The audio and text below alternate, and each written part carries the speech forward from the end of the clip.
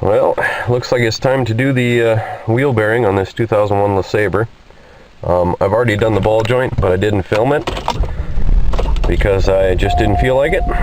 But I'm going to film the wheel bearing part of it, so I'm going to pull it in the shop and we'll get to it. I'll be using two different cameras, so they might sound and look a little bit different, but you'll just have to live with it.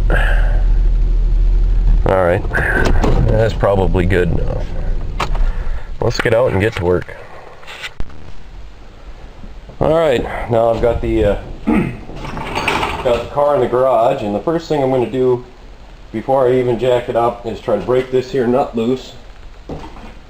And I like to do that by hand usually, because my air compressor is pretty weak.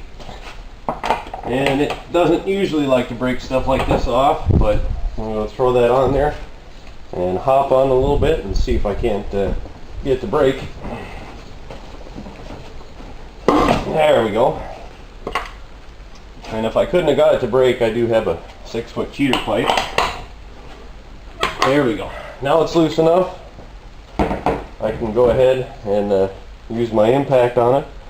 I'm not going to show you that part because the compressor is noisy and the impact's noisy, so I'm just going to go ahead and zing that off, and I'll jack it up and take the tire off as well.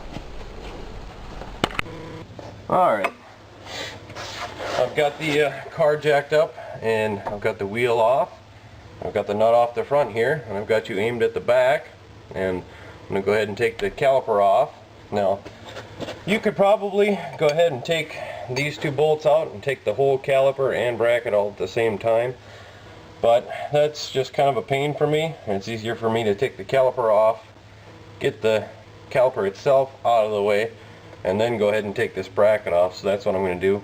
Plus, it gives you a chance, if you want to grease up these pins, clean them up, make them look nice. So I'm going to go ahead and break these two loose and then pull the caliper out of the way. Hopefully I don't get any dirt in my camera, because that's my good one. And I don't have a socket handy, so I'm just using this 15 millimeter wrench. So it might take me a second or two.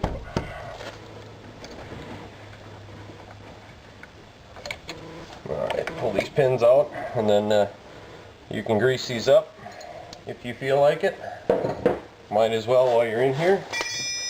And check on your brakes. See if they're good, along with your rotor. You're taking it off anyway. Pull this caliper off. I usually just pry it, and they usually come off pretty good.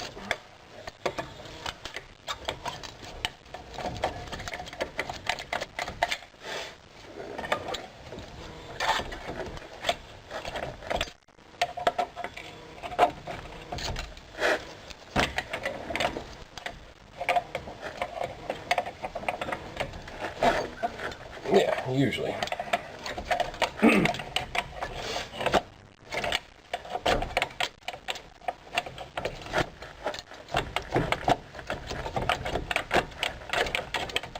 Almost. If I had a hammer handy, it would probably make this go a little faster. Well, you're almost there. Come on now.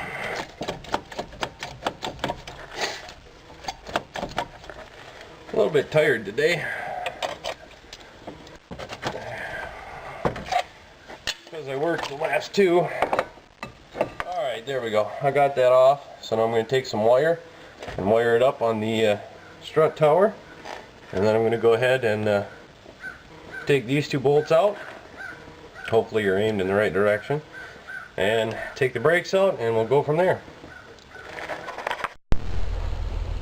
Alright, now as you can see, got that bracket off here. I didn't film it because I had to use the impact to do it. But that's out of the way, and I've turned the wheel this way, so hopefully I'll be able to hit this with a hammer right here and break it loose, and then tap it with my dead blow, which is got a plastic base on it, so it won't hurt anything. Tap it from the back like that. Now these ones have been on there forever, so it'll probably take me a while to actually break it free, but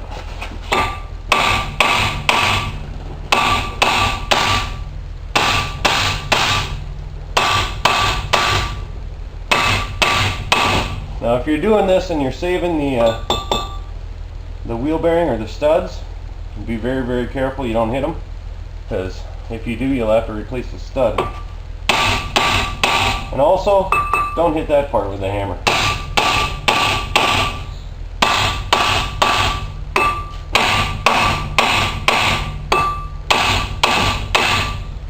See if I broke it loose enough. You can't even swing a hammer behind it. Now it looks like it's coming a little bit. I'm going to take it out of park. And when you take something out of park with the brake caliper off, be very careful that you don't hit the brake too hard. Otherwise you'll pop that cylinder or that piston right out of that caliper, and that's not a good thing. Oh, she's moving. Yeah, we're good.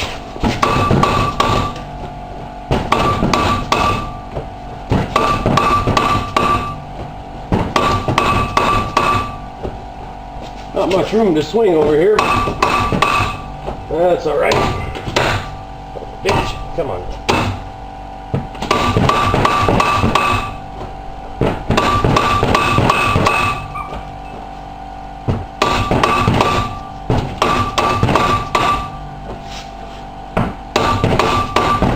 I'd come in from the back side on the other side, but that wouldn't be much better, I don't think.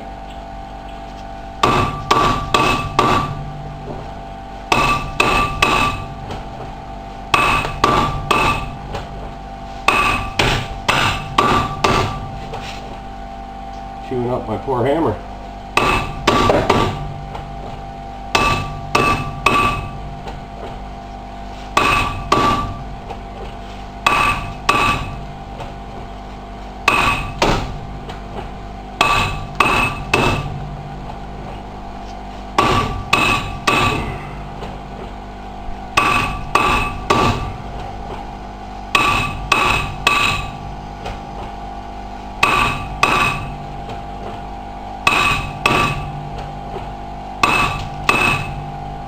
Slowly but surely, I'll get it off.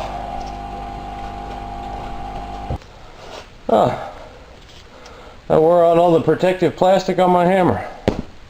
Guess I better get another.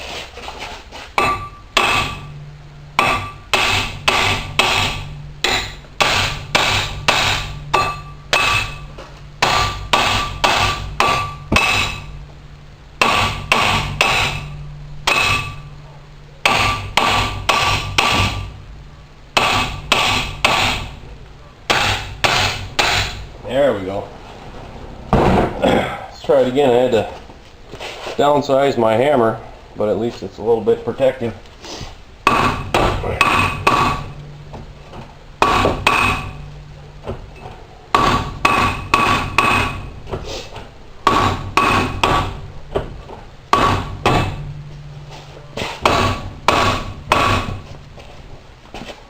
I'll break it off there one way or another.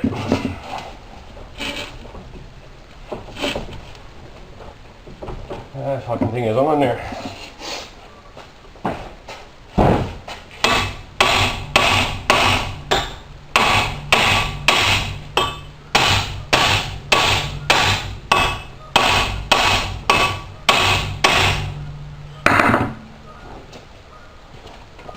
The right arm's getting tired. I'm losing my accuracy.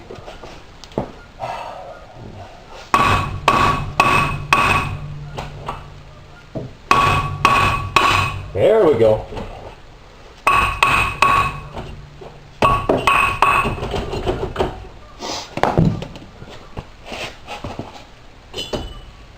And that's how you take a rotor off a Buick, I guess. Well, this thing looks like it was fairly well chewed up on the back, but you know what, I'm not going to worry about it. But when I go back to put this thing together, I'll clean out the back side of this, and I'll have a new hub in here, but I'll put some anti-seize all around it, and then hopefully next time I go to take it off, I won't have to beat the piss out of it. Alright, now that I've got the rotor off and everything out of my way, at this point normally I would take an air chisel and I'd run it right in that little hole and I'd just push it back, you know, hit it until it goes back. Sometimes that works. I don't have very good air, so other times what I have to do is screw the nut back on if I'm saving the axle, which in this case I would be, and screw the nut on flush and then beat it with a hammer. That also works if it doesn't have this hole. If it's got kind of a rounded edge, it can be real tricky to keep the chisel on there. But in this case, we put this axle in not all that long ago, so after hitting it with the rotor with a hammer, it must have broke itself loose. So now what I'm going to try to do on this one, which I normally can't do, but I'm going to try on this one, is to take this off without having to break the ball joint loose, because most of the time on my cars anyway, this thing is so rusted in here, this bearing, that I have to get this out of the way, pop the ball joint out and get that out of the way, pull this out and beat it with a hammer to within an inch of its life just to get this off. But I think since this is a little bit newer vehicle, I'm going to try just taking these 3 bolts out, and then there's one on the other side. I'm going to take those 3 out and see if I can't get in there from behind with maybe a chisel or something and bang that out of there. Normally I wouldn't even try this, but this is a little bit newer. It might work. And if I need to, I suppose I can try putting a chisel or something in there and popping it out. But I'm going to go ahead and get these 3 bolts out and see what I can do. Alright, I've got the 3 bolts out of the back here, and I'm going to go ahead and give it a shot and smack it with a hammer and see if it comes off. Hopefully it will.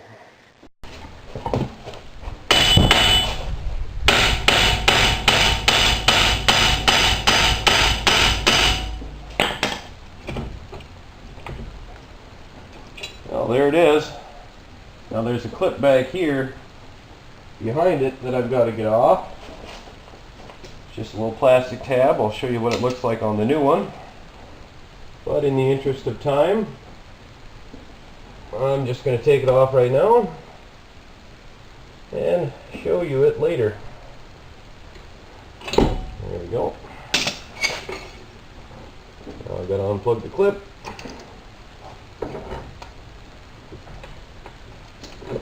And there's my wheel bearing.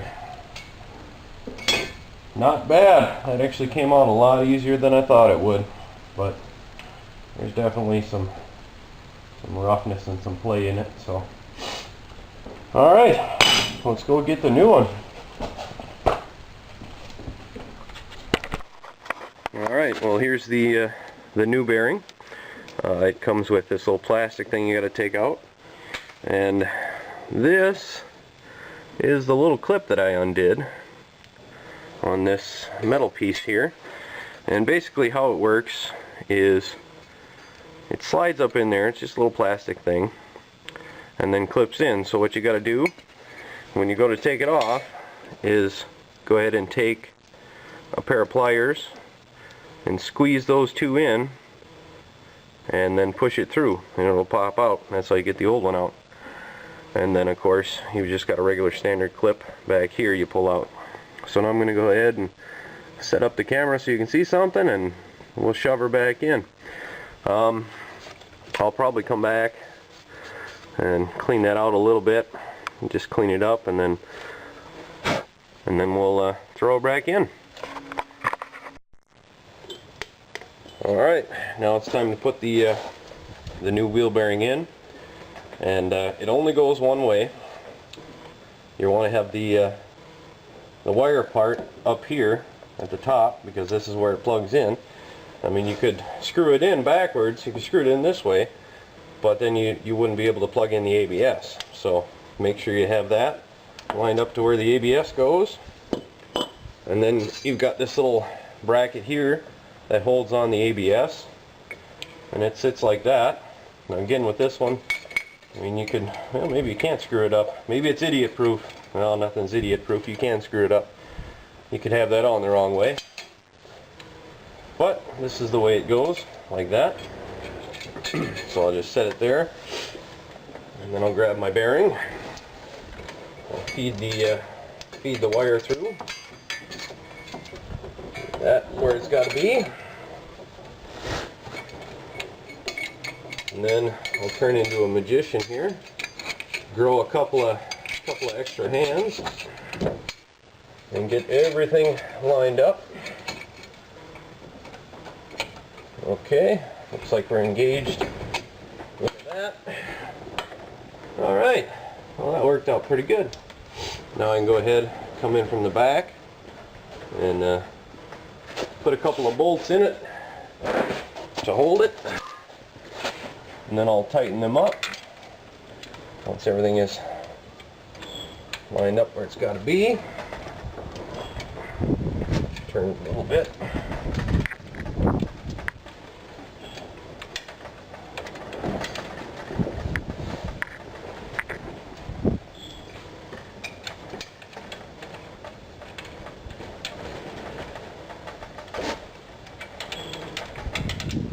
She's almost there. She's close. I got to stick my head back there and take a peek. Yeah, just a little bit off.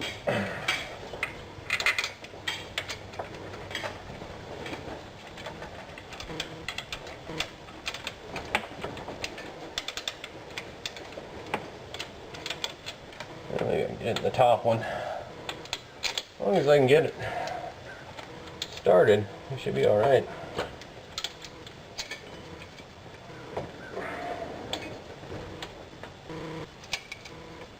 There we go. Now we're cooking with gas. Grab my other two. Make sure they thread in. May have to wiggle it a bit, but that's basically how that's done. I'll go ahead and I'll tighten these up. I'll clip my ABS back in, plug that back in, and then we'll be able to put the brakes on and put everything back together. We're just about done. Alright, well, I've got those 3 bolts tight in the back. I'm sure it has a torque spec, but I don't know it, and I'm not going to look it up, so it is what it is. They're tight, and now I'm going to throw this rotor on. And as I said before, the rotor's all chewed up here. If I cared about this car or was doing it for somebody else, I told them they need either a new rotor or get this turned. But since I don't care, I'm just going to leave it as is. I'm going to go ahead and grab my anti-seize, which I left out somewhere. I better go find that.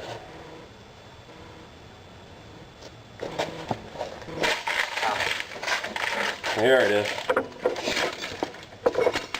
Got myself some anti-seize, and the next time I take this rotor off, it probably won't be that long, so it won't be rusted on, but just in case, I'm going to take some anti-seize. I'm going to run it in here so it doesn't stick, or at least doesn't stick as bad, just in case. And it doesn't matter if you get it on the lug nuts. It's probably not a bad thing anyway, but I'm just going to goop it up there where it tends to corrode. And if it sticks to here, that's no big deal because I can hit it with a hammer. The tough part is it rusts, it builds up right on here, and it keeps you from taking the wheel off, so, or the rotor off. So now that I got that done, I can go ahead and put the rotor on and grab my bracket and my 2 bolts, put them on.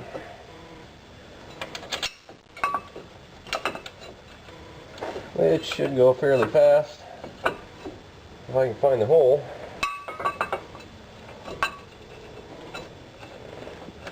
There it is.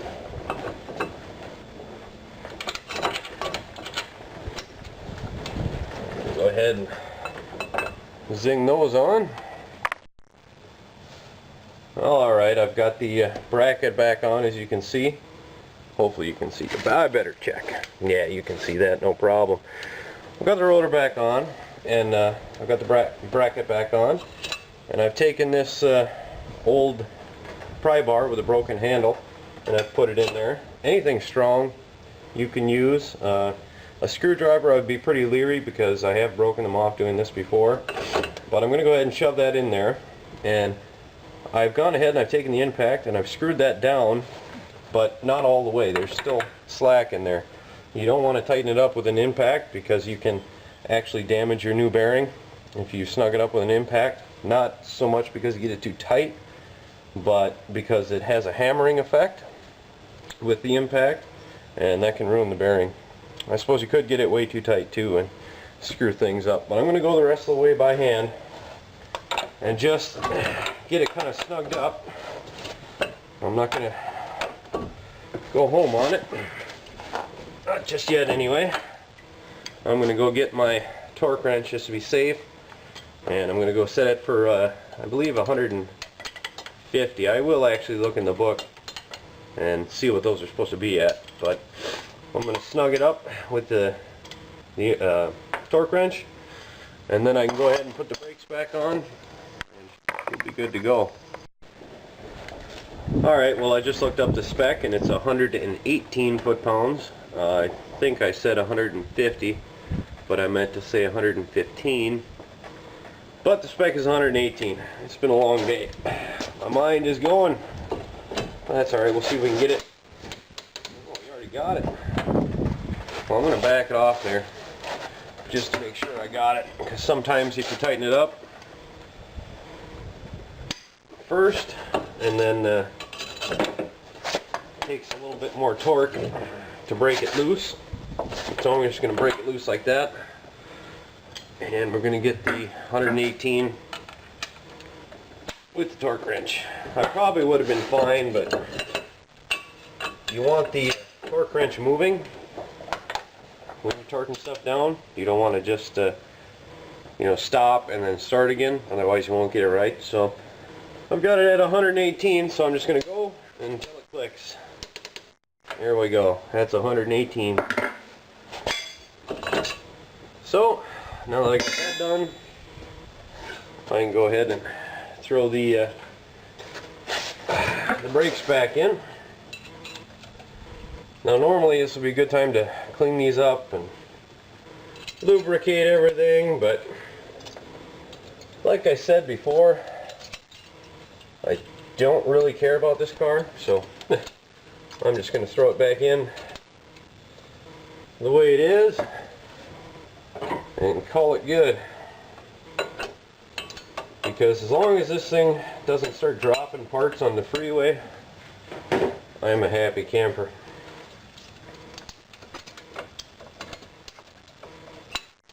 And if you watch any of my videos, you probably know that I don't really like this car all that much. I suppose it's not a horrible car, but I'm just tired of working on it. So now I'm going to go grab something to push that piston back a little bit so it slides over the brakes easier. Lower this caliper down, set it on there, get my wire off.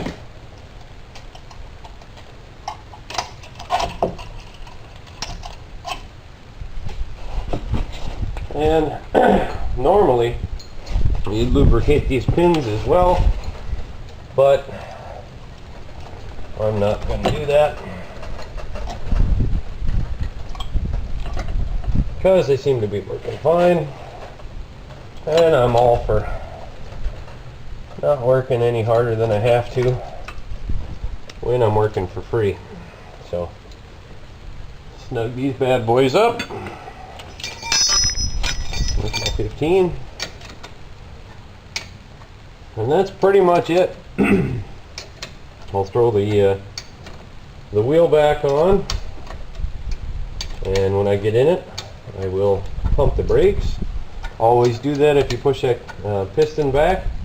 It's usually a good idea to do that anytime you take the caliper off, because if you don't, you won't have any brakes right away, and if you throw it into gear, you will usually hit something, because that's the way things work. You'll not be paying attention and you'll back into a semi truck or something. I've seen that happen. Alright, well, let's see if it worked. I came in because it had quite an audible grinding noise, and I jacked it up and I felt the wheel bearing and there was some play in there. So let's see if that did the trick and took care of my noise. Pump up the brakes.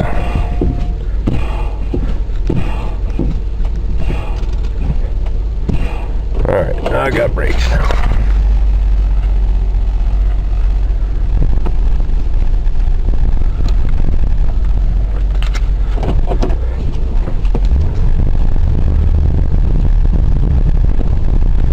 Well, so far I don't hear any grinding.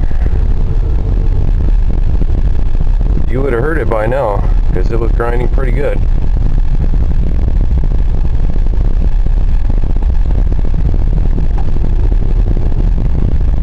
Well, I'm going to take a quick shot on the black top and turn the camera back on when I get there, and we'll see, make sure it's not making any noise. Alright, we are on the black top now, getting up to speed. There we go, 60. And that grinding is definitely gone. I gotta check the engine light. I don't know what it is. I don't really care. 194,000 miles. Oh, hopefully we'll get a few more thousand out of it and then just call it. But it worked. We're fixed. On to the next job.